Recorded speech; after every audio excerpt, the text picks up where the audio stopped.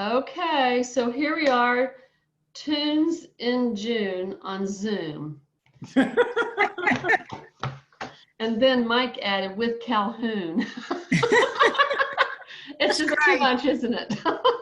So it's good to see you all. And I did not send out what we're going to talk about, so maybe y'all just came out of curiosity. But before I get on this topic, I want to talk about next week is when Adam Copeland will be here. And Carol, he was on the committee that put together the Glory to God Presbyterian hymnal. Right. And so he is going to be our guest presenter. So mark that on your calendar. You will have a new face. He's got a beard. We were talking about earlier about people getting rid of their beards. So Adam is just wonderful. And I will send you information about him, I promise, in an email. And I hope you can all tune in. And maybe what might be helpful is if you have, I know Carol had sent some questions about, what's involved in putting a hymnal together. But if you have any particular questions, you can email them to me, and I can send it on to Adam and say, these are the things they're interested in about what's involved, because it's a huge project, as you can imagine, and some congregations are braver than others to do it. Michael, what have you done? Oh, honey. Michael, you're headless now. Michael? What did he do? He got a, Michael? Where is he? Do you see the screen? I'll see if I can undo it. Yeah, you're headless, Michael. You can select your own backgrounds. That's just unnerving. Okay, all right. So tonight, the discussion is about the first hymnal ever. Do y'all know what that is? Roger. The Psalms. The Book of Psalms. That's yes. I think Michael says that Paul Westermeyer coined that phrase. I'm not sure if that's accurate, but anyway, that's how it is referred to. And so, as many of you all know, and I'm sure I repeat myself, but it is a collection of individual psalms. And of course, we have 150 in the Judeo-Christian tradition, but in the Eastern Orthodox Christian tradition, they have more than that. And I'm not sure why or how, but that would be a topic for another Tunes in November or something, whatever. So anyway, for centuries, King David has been attributed to have been the writer of these Psalms. And I think that stems from a lot of it, will say things about King David, or for King David. But modern scholars today don't think that's really accurate. So as most things, it's probably a compilation of many writers. So in Hebrew, and my Hebrew is not that great, but the Book of Psalms is called Tehillim. Is that right? Have you anybody heard that phrase, Tehillim? And that's what it means in Hebrew, okay? But the word psalm is derived from the Greek translation of the word psalmoi, meaning instrumental music, and by extension, that means the words accompanying the music. So in its title, it automatically assumes that these psalms will be sung. And that's extremely critical because musicians for centuries have been setting music to psalm texts. But, as we've moved into the 20th century and we have more congregational singing and we all have psalms, I think a lot of people, intuitively or not, desire to sing the psalms rather than just speak them, because that's how they were conceived. So this Book of Psalms, for the Jewish people, it was their prayer book for the Israelites, and they used it in their synagogue worship, very similar to what our Book of Common Prayer. And there are recorded instances in the Bible where Jesus took he sang a psalm that night, in the Garden of Gethsemane. And it's especially on the cross, we all know that when one of the 7 last words were, my God, why have you forsaken me?" which is Psalm 22. And I think in the New Testament, there are some other quotes about the Psalms. I think Paul has some quotes about singing Psalms and sing Psalms and hymns and spiritual songs in Colossians. So this is what Martin Luther said about the Psalter. Now the Psalter is another word for the book of Psalms, okay? And he said, the Psalter ought to be a precious and beloved book, if for no other reason than this. It promises Christ's death and resurrection so clearly and pictures his kingdom and the conditions and nature of all Christendom that it might well be called a little Bible. So I guess what Luther is saying is it's a microcosm. I'm not sure they had that word back in Luther's time, but anyway, you know, and it does, because there's all manner of conditions in the Psalms. So a little bit about the book of Psalms. There are 5 sections, and they each close with a doxology or a benediction, some sort of praise to God.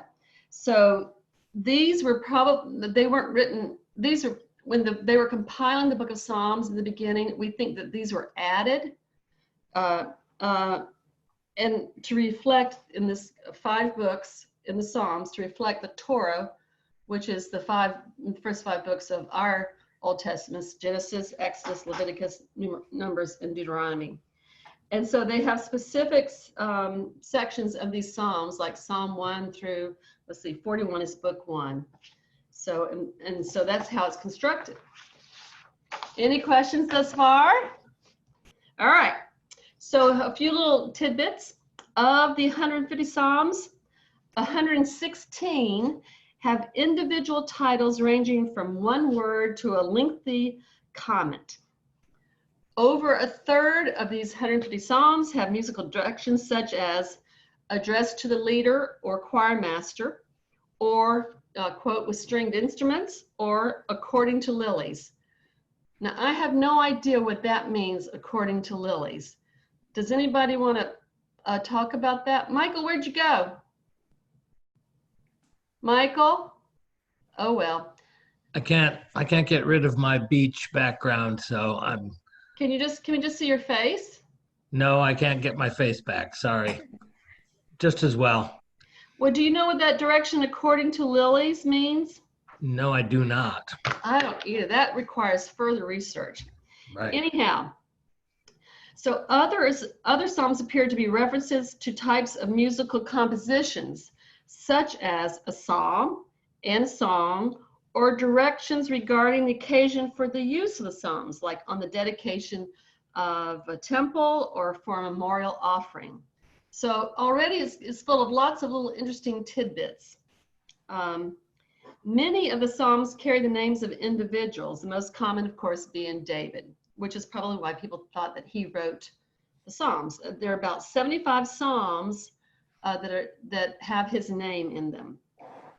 And 13 of these relate explicitly to incidents in the king's life.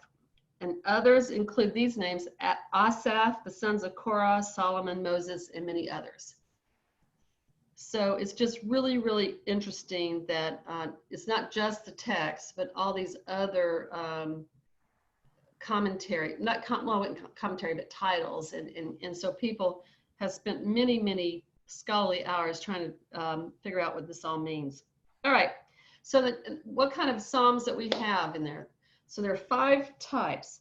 We have hymns, Psalms of hymns, communal laments, individual laments, royal psalms, and individual thanksgiving psalms. So Psalms for the hymns, these are generally songs of praise for God's work in creation or history. They typically open with a call to praise, describe the motivation for praise, and conclude with the repetition of the call. So 2 subcategories are enthronement psalms, celebrating the enthronement of Yahweh as king, and Zion psalms, glorifying Mount Zion. All right, so communal laments is when, as a community, we mourn. And so these are national laments about some disaster. And they typically have this kind of format. They address God. They don't say, "Hi, God," but, "Oh oh God, or something like that. Then they have the description of what the suffering is, and then they cursing the party who's responsible for it, and the protestation of innocence or admission of guilt, and a petition for divine assistance, and then faith in God's receipt of prayer, anticipation of divine response, and a song of thanksgiving. So what's interesting about that, there's a sort of formula, you might say, of how these songs of lament are put together. So individual laments are more or less the same construct, except you can recognize them because it doesn't say we, but there's an I, it's more personal. So I guess the one that like Jesus did on the cross, Psalm 22, my God, why have you forsaken me? So it's a much more personal lament. And they, unlike the others, they open with an invocation of God, followed by the lament and pleas for help, and often ended with the expression of confidence that God, will deliver them from their distress. Then you have royal psalms. And these are like the king's coronation, marriage, and battles, although no specific king is mentioned. And and their origin is kind of obscure. They're not sure, they can't determine, what king or what battle, but it seems to be a common theme with the royal psalms. Several psalms, especially Psalm 93 to 99, concern the kingship of God, and might relate to an annual ceremony in which Yahweh would be ritually reinstated as king. So I found that phrase curious because I didn't know that Yahweh had been dethroned and need to be reinstated. Or maybe it's to remind us that Yahweh is always king no matter what happens on our earth. I don't know. Roger, do you know anything about that? No. I don't either. Okay, and then you have individual Thanksgiving psalms, and you're basically thanking God, deliverance from personal distress.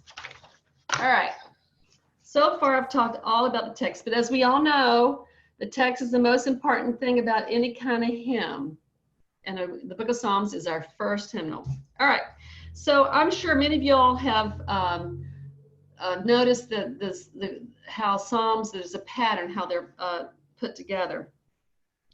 And so it uses a lot of parallelism as its primary poetic device.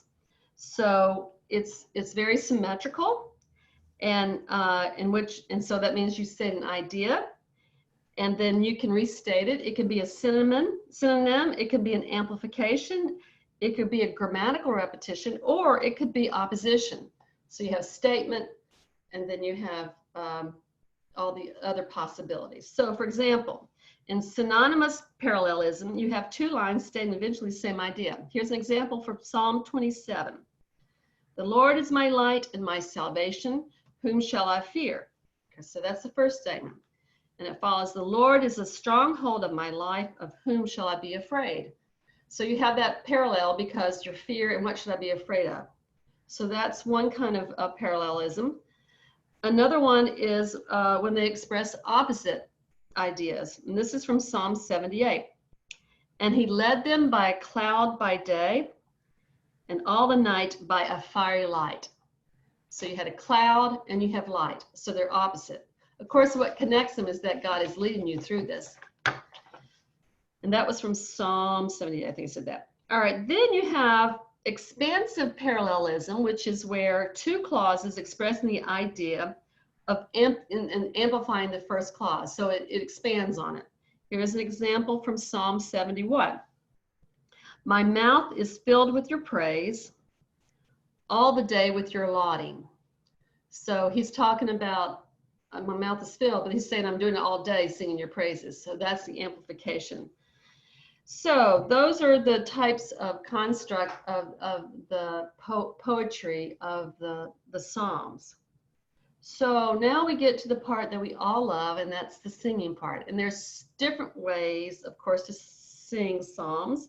And the oldest part that we know is Plainsong. And of course that was used, which is chant, and that was used in the early Christian church. And they used a Gregorian chant with psalm tones. And there were sung by the clerics, the monks. These were not sung by the congregation. Although, you know, I think in the Bible, and of course we don't know what it was like, what they sang or how it sounded, but it sounded like it wasn't just for the clerics, but it was for all people. But as the church became more and more powerful and the learned people could read, it was a natural thing for them to sing the Psalms. So I'm going to pull up a video. Now, Marissa isn't here. So everybody just hold your breath, and I'm not going to show you what I showed you the very first time, remember? Okay, so I'm going to share a screen. Oh, this is going to work. Okay, so I'm going to share the screen. Can you see it? Yes. All right, good. All right, so this is from Virginia Theological Seminary. And I'm going to play just a little bit part, but this is an example of a very small group singing a psalm, and I think it's Psalm 23, using Plainsong. But there's different kinds of Plainsong, and I think the first one you're going to see is alternation. It's called antiphonal psalmody. But I'm going to start it, and then I'm going to stop it because I want you to stare at something.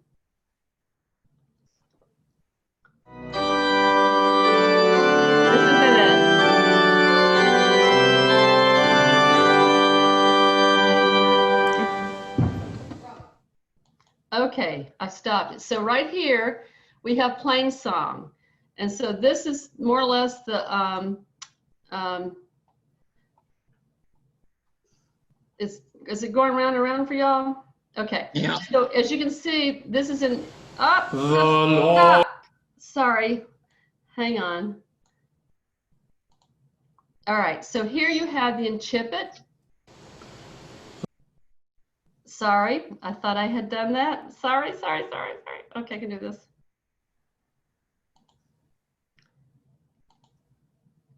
All right, here you have the incipit, and then this whole note looking thing. And these are not like weird notes and a whole notes. These are short notes and long notes.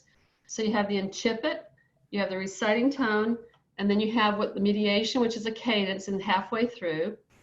And then here you go, then you have the spar line, and then you have a reciting tone, and you have the ending, or what we would call termination. So this usually typically follows, if you look in your Psalter, you'll have the verse, and then you'll have an asterisk. And so right here at this part with the bar line is where the asterisk would be, and then the second half of the verse. So what you're going to hear the small group do, you're going to hear antiphonal psalmody, where this is a little bit unusual, but they have two men singing the first half, and then the two women singing the second half. And then further on down, they do it a little bit differently by having them both singing two verses at a time. So I'm not going to play it, and I want you to listen to it. Of course, these psalm tones were in neumes notation. This is modern notation for us. All right, here we go. The Lord is my shepherd, I shall not be in want. He makes me lie down in green pastures, and leads me beside still waters. He revives my soul, and guides me along right pathways for his name's sake. Though I walk through the valley of the shadow of death, I shall fear no evil, for you are with me. Your rod and your staff, they comfort me. You spread a table before me in the presence of those who trouble me. You have anointed my head with oil, and my cup is running over. Surely your goodness and mercy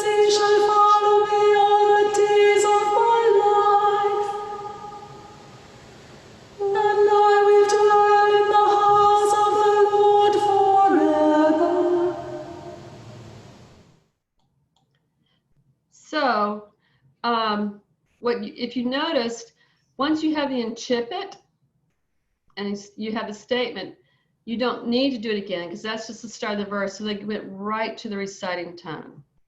Do y'all have any questions about right now about that Psalm 23? I have a question, and maybe you just explained it with that last statement about the pausing and the not pausing. Yeah. Well, that pausing, and I'm not sure what it's based on, but the practice has been with many choirs and in monasteries is to you pause at the asterisk to give you time to think about what has just been sung. And so we do that at St. John's. Now I know the St. John Society in Boston, they don't chant that way, they do it differently. And I'm sure they have reasons for doing that. But I'm not that much of an expert on exactly the performance practice of what to do. But I know that kind of, I was raised on you kind of pause for that moment. Just, it's sort of the, what's the word? It kind of lends itself to introspection and reflection about what you've just sung. If anybody has anything else to offer, knows more about that than I do, I would love to hear your voice. I'll just add that it just seems counterintuitive to me. I keep wanting to blurt out at the wrong spot. I mean, I just literally have to put my hand over my mouth. Right, and that's okay. And there'll be places that don't do that. So, but I think it's kind of settling into a way of chanting the Psalms. I know in the Copeland choir they do that, but that is very much more a contemplative service, you know, just with the lighting and the whole nature of it. And so on Sunday mornings where we're singing like big boisterous hymns and processionals and all this kind of stuff, and suddenly we get to the Psalms, it's a kind of a different turn in how you sing. So let's listen to another one. This is Psalm, of course, Psalm 100. Yeah, was there something else? Go on. It's interesting that there's almost no pause between verses. Right, and that's intentional because I think they want you to really think more about the first part of it. And they don't want it to have equal pauses. I mean, that's my interpretation, to kind of keep it moving. So, but that's something that I would love to know more about. So let's hear what they do on this one. Be joyful in the Lord, all you lands. Serve the Lord with gladness and come before his presence with a song. Know this, the Lord himself is God. He himself has made us and we are his. We are his people and the sheep of his pasture. Enter his gates with thanksgiving, go into his courts with praise. Give thanks to him and call upon his name. For the Lord is good, his mercy is everlasting, and his faithfulness endures from age to age. So that last example, remember I said there are different types of plainsong singing. You have antiphonal, where you had opposite, one section of a choir sings and then another one does. And it's very effective if you can have it kind of spatial distance, like somebody in the balcony or a choir in the balcony and a choir in the front. What we just heard was more or less like direct psalmody, which means you had a soloist just started, but after that, they just sang the whole thing. There wasn't any back and forth between choirs. The next one I'm going to show you is called responsorial psalmody, and this is where it's sung by a soloist or choir, and there's a congregational refrain. At St. John's, we do the Halleck settings, and but this course is going to be Halleck. So you're familiar with that. But what a lot of people like about the responsorial psalmody is that there's congregational participation, and they're just not sitting there listening. This now is not Plainsong. This is a Catholic setting of Psalm 23. Nope. Here we go.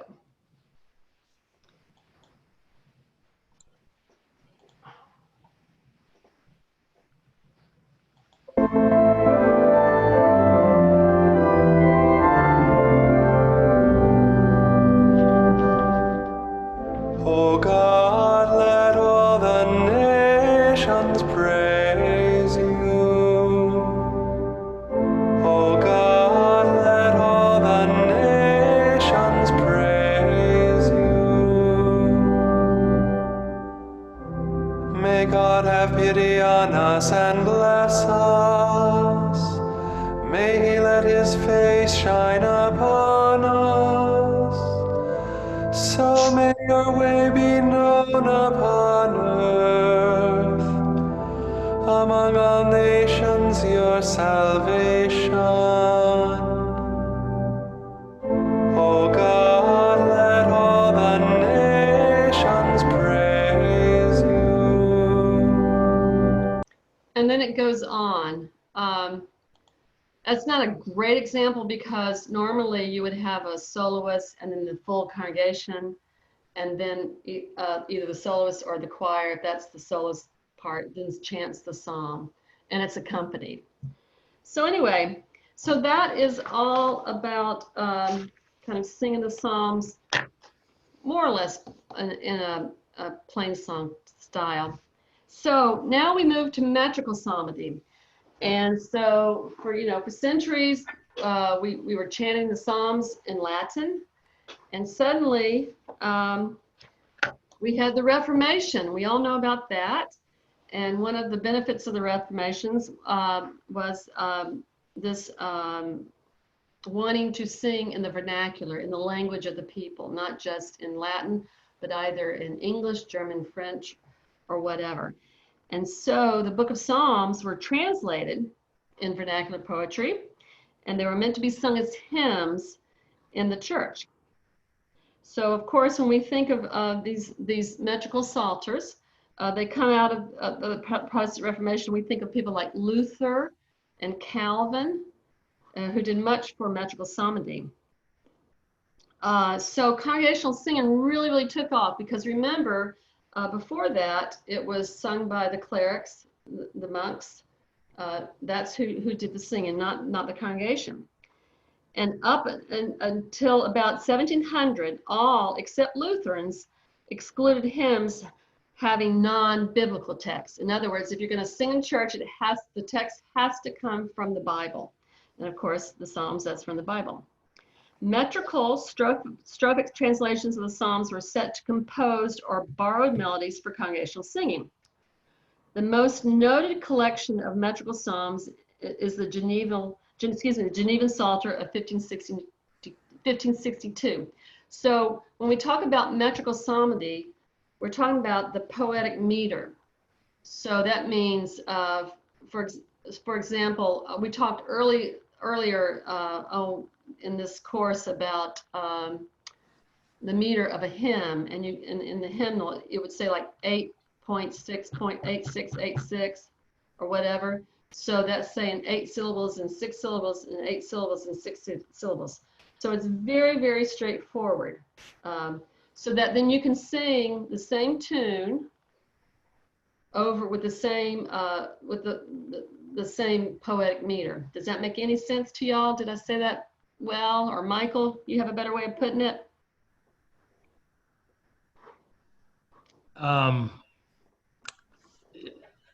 Yeah, I think just a little clarification. The Psalms are not metrical poetry. They're poetry, but they're not metrical. They don't have a regular cadence. And so the desire, both in England and in Geneva at virtually the same time, was to translate the Psalms into metrical poetry so that they could be sung to hymn-like melodies.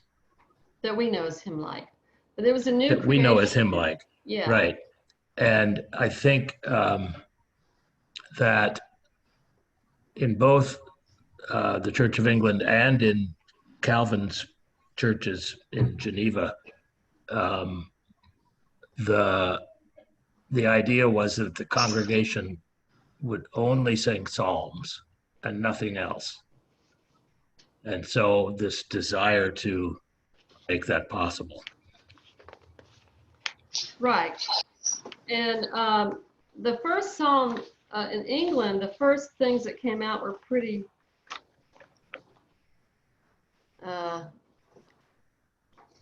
they were awkward translations, but they were, I would say they're probably strict translations, and they were trying to be faithful to the Greek and Hebrew, but they just didn't do well.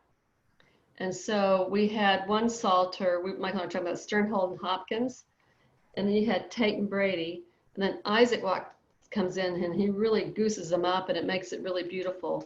But it's less strict translations of the Psalms. So we sing metrical psalms all the time in our hymnal. I'm sure all denominations do, but some examples for us are when we sing, "O God, our help in ages past," that's a metrical psalm, Psalm 46. It may not be the entire psalm, but it's, it's strophic, you repeat the verses, and it's very regular. All people that Sorry. Yeah? It's Psalm 90. Did I say No. Psalm 46? You did. Yes, I always Yeah. confuse them. Yeah. Thank you, Michael. Psalm 90. Psalm 46 is another metrical psalm. That's "A mighty fortress is our God." And then we have "All people that on earth do dwell," which is Psalm 100. We just heard them sing that Virginia Theological Seminary, that of those 4 people singing, they sang a Plainsong of Psalm 100. So now I'm going to share with you, this is Psalm 23. It's the Crimin tune, and it's from the Scottish Psalter.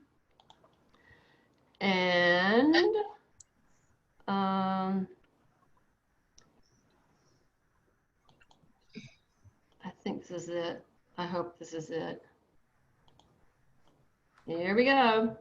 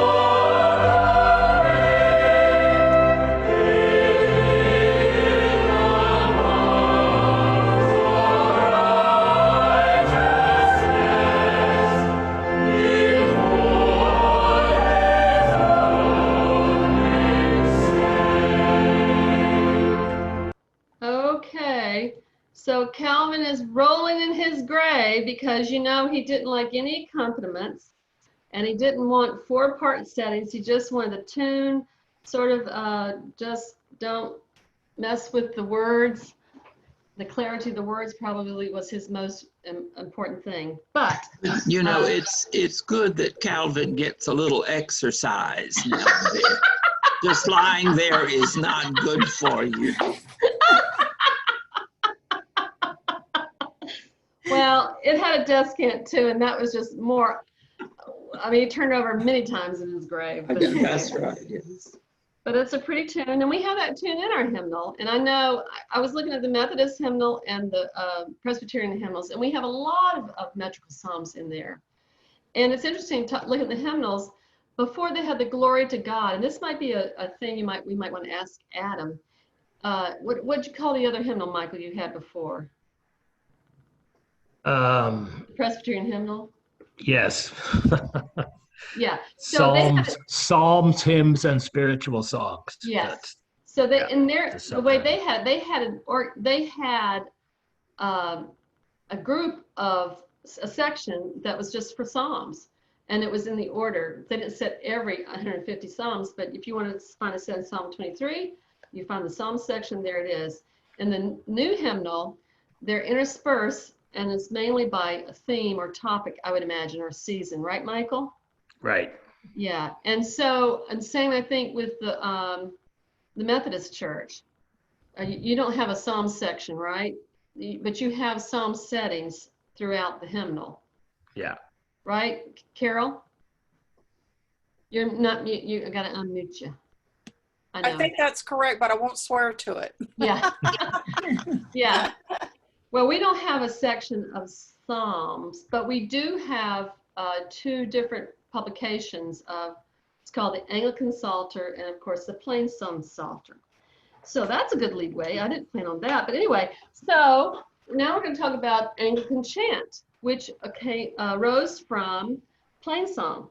So Anglican chant, which is also known as English chant, was to sing unmetrical text. So we're now going back to a Plainsong approach, which is freer rhythm, that the rhythm of the text governs the rhythm of the music. And it's not this sort of 1, 2, 3, 4, that kind of metrical style. But it's not, it's 4-part, because remember that a lot of these in the metrical psalmody, it was just unison to begin with, okay? It's just unison. So, so it uses natural speech of the text and to notes with a harmonized melody.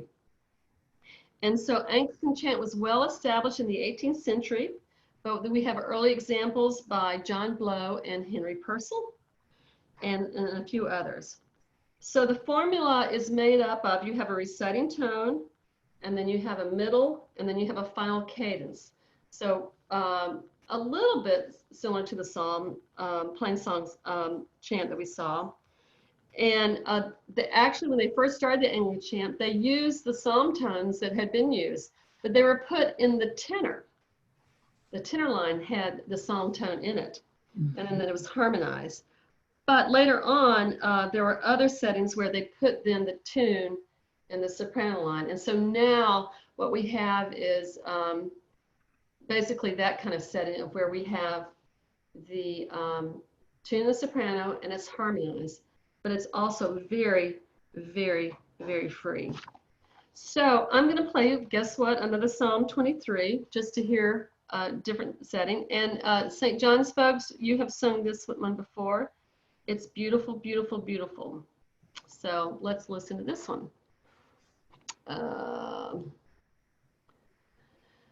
Let's see. Okay, this is Hilton Stewart, and I think it's unaccompanied. It's so gorgeous, though.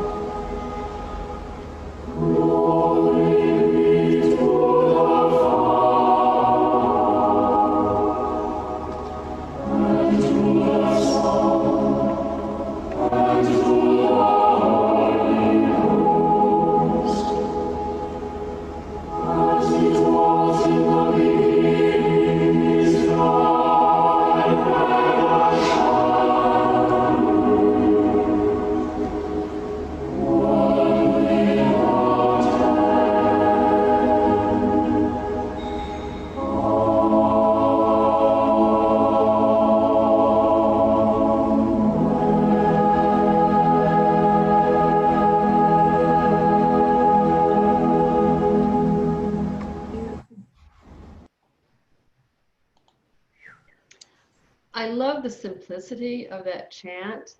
You know, there's no organ, it's just 4-part, beautiful, expressive singing. Of course, I love to see the boys singing. I think when you sing, it kind of gets into your soul, and at a younger age, as you're singing, it just kind of becomes a part of you. We can all talk about all the hymns we grew up with, and that's so important. And that's why I feel so passionate about children singing, so that they have that wonderful experience of knowing these songs and hymns and psalms, and that will stay with them when they go through difficult times and happy times. So anyway, that is just an extremely brief talk about the book of Psalms. And one thing also I love is that something that we share with our Jewish friends. This is something that we have in common. This is something we have in common with all denominations. I mean, even non-denominational people sing psalms, you know. So anyway, do y'all have any questions or comments or thoughts to share or experiences? Mike? Just want to say that is very much a ravishing setting. And I have a couple of discs with that, and that is a glorious setting. It's simple but elegant. Mm-hmm. We had the pleasure of singing that in England in 2015. Now, you know, like, I didn't talk about this, but in the early church, they would sing the Psalms, I think it could be within a week, the monks would. You know, you have all these offices, and they would just go through it weekly. Now, some do it now through a month. Some even say they try to do it within a day. I read that somewhere. God bless them if they can sing. Well, they don't do it. They don't do anything else. But I think it's a month, Betsy. There's a cycle through a month. It's very, very different places do different ways. But yeah, in England they do it in a month. And so we happened to be at Christ Church in Oxford when we had Psalm 23, so we got to sing that. You heard in that setting, though, there was the Gloria Patri, glory to the Father, glory be to the Father and to the Son. And normally you wouldn't add the Gloria Patri when you're in a Eucharist. That was sort of added, it was added to Psalms to call what they call Christianizing the Psalms, you know, a Trinitarian response. Just in case you didn't know, just to make it more, I guess, in their minds, Christian. And it's very common, and we do that in services that don't have a Eucharist. So in morning prayer and in evening prayer, even song, that's why we sing Gloria Patri. But if we sing a psalm, we would not add a Gloria Patri for that reason. Does that make sense? Yeah. In the Eucharist, no Gloria Patri in the Eucharist. In the Eucharist. Since you're within the entire setting of the Mass. Right, exactly. So, yes, Francis. I'm sorry, I thought, go ahead. No, I was trying to see who was talking. Yes. Back in the 90s, I don't remember, it's been a long time ago, I was leading a Bible study down at St. John's, and we just studied the books of the Bible, and we decided to study the Psalms. Mm-hmm. And when you first started off, I thought, I know nothing about the Psalms. But you do. Things have come, and I don't know if you covered them. I apologize for going over it, but there were just 2 or 3 things I jotted down that I remembered. But what really got me started was when you said something about, you know, David, you know, being it was attributed to him, so many of the Psalms. But I remember in that study that we found that David, being the king, he got the credit, if you will, but it was really written by different people within his court. Right. That would be the same thing. Another thing that I recall was, because we've been hearing all these beautiful psalms, but the Hebrew people did not have the vocabulary that we have today. So their psalms, they had to limit the words they used, and that must have it must have curtailed what they were saying. So I assume that a lot of what we're reading has been added as they have, I don't know if the word's extrapolated or whatever, the English or what have you that they're written in today. And another thing was, of course, you mentioned that the Psalms were not in any order, and that was something that we had trouble with when we decided how we were going to study this 150 Psalms. But I had a commentary, and it divided up the kinds of songs. You know, like if we were going to study, we decided that we'd start off like with praise. But we had to jump around. We couldn't, even though they had been divided, like you said, into books. Right. All of that. And of course, you pointed out there's so many more Psalms than what we have, but this is just purely personal. I love to do acrostic puzzles. And I found out that in the Hebrew, there are several songs that the first letter of every line, if you read it down by the letters, you'll have some kind of word or phrase or message. And I can't do it because I don't know Hebrew, but I thought, boy, I bet that was fun to down the side and see what was written. And so that's what I know about the Psalms. Well, that's a lot, Francis. Thank you for doing that. I think, you know, we're talking about the text of the Psalms. I mean, this is what Isaac Watts did. He made it even, they were more, they weren't literal translations, but he made it into beautiful poetry. Right. So it's a freer kind of interpretation of the Psalms, but because it's so beautiful and memorable, I think it kind of sticks with you, unlike the metrical Psalms of like Sternhall and Hopkins. I mean, when you read those Psalm translations, they're a hoot and a holler. Not too great, but anyway, thank you for that, though. Thank you. Well, and I enjoyed doing it because I can remember some things. I think you remember a lot. Anybody else? I have just a question. Isn't there a branch of the Presbyterian Church that still only sings Psalms in church? Which branch is that? Is that Cumberland Presbyterian? Nobody knows? I know, you're right, Roger. I don't know the name of it. It's not Orthodox. No, maybe. it's something that's been around longer than the Orthodox Church. Hey, think about that. It's been around longer than the Orthodox Church. But like the Cumberland up in Tennessee, North Carolina, a few churches. I'm not sure, but anyway. Yeah. And you know the story of the Fifth Avenue Presbyterian Church. No, tell it. In New York City. Well, the first Presbyterian church was the big church. And it's been like mid-19th century. There was a big split in the church. And a group went off and formed the Fifth Avenue Presbyterian Church. Would you like to guess why? Because First Presbyterian announced that it would be installing an organ to accompany congregational singing. And the Fifth Avenue people would have none of that. And so they went up the street a ways and formed the Fifth Avenue Presbyterian Church. But they finally loosened up and came around. So. And got a big organ, didn't they? Well, eventually they too got an organ and sang. I tell you, all divisions, they will never cease, will they? All right. Anybody else? Any comments or thoughts or? All right. Thank you, Betsy, again. Oh, absolutely. So, you know, say the date. Adam's going to come. Send me your questions about any hymnal, about putting things together.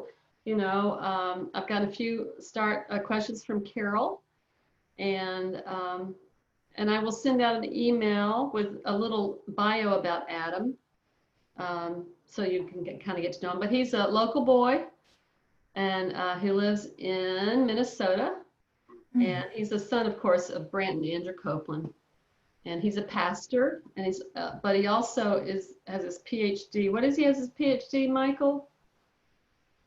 Communications. In communications. and he's married to Tim and Sue. Y'all met him. Megan. She works at. She's a pediatrician. She works at the Mayo Clinic in Rochester, Minnesota. And they just had their first baby, adorable Thora. I'll send pictures. Yes, yes. So anyway, Adam's a wonderful fellow, and so is Megan. So anyway, well, I will see y'all next week, I hope, and pass the word around. And I'm sure, Michael, we might have some Presbyterians join us, Michael. Sure. Yeah? Okay, good. So pass the word around. All right. Take care. I'll see you next week. Thank you all. All right. Bye. Bye. Bye. Hi. I'm coming next time. Thank you. Bye, Nate. I'm glad you joined us.